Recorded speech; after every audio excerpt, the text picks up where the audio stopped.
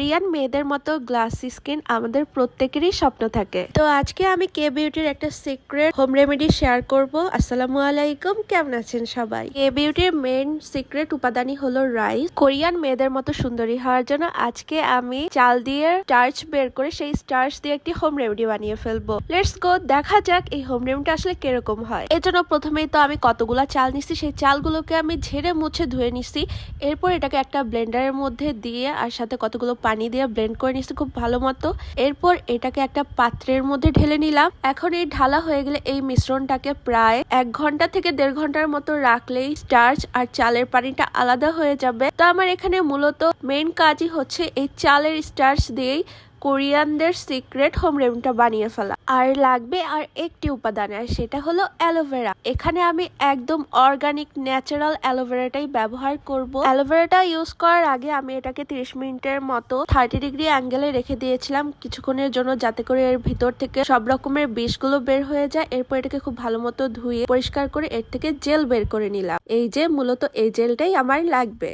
আর আমি এটা কাঁটা চামচ দিয়ে বের করে নিছি যাতে স্টিকি ভাবটা থাকে। তো এখানে অনেকক্ষণ রাখার পর এই যে স্টার্চ আর হচ্ছে চালের পানিটা আলাদা হয়ে গেছে। আর এই হচ্ছে আমার অ্যালোভেরা জেল। ফ্রেশ অ্যালোভেরা থেকে অ্যালোভেরা জেলটা নিতে আমরা অনেকেই ভয় পাই। আমিও আগে ভয় পেতাম, কারণ আমার প্রচুর অ্যালার্জি হতো, কারণ সঠিক নিয়মটা জানা ছিল না।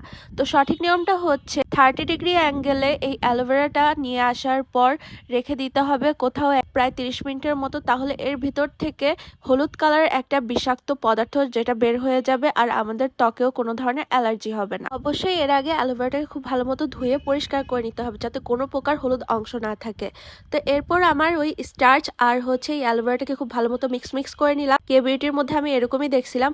এরপর হাতে নিয়ে আমি এটাকে আমার স্কিনের মধ্যে আলতো হাতে লাগিয়ে নিচ্ছি। এরপর এটাকে 15 মিনিটের মতো আমার স্কিনের মধ্যে রেখে দিব, আর হালকা হাতে একটু ম্যাসাজও করে নিচ্ছিলাম, কারণ এটা যেহেতু অ্যালোভেরা ইউজ করা হয়েছে স্কিনে ঠিক মতো লাগছিল না, তাই আমি একটু ড্যাব ড্যাব করে আমার স্কিন লাগিয়ে নিচ্ছিলাম কিছুটা জোর করেই। আর বাকি যে স্টার্চ গুলো বেঁচে ছিল সেগুলোকে আমি একটু যত্ন করে রাখবো।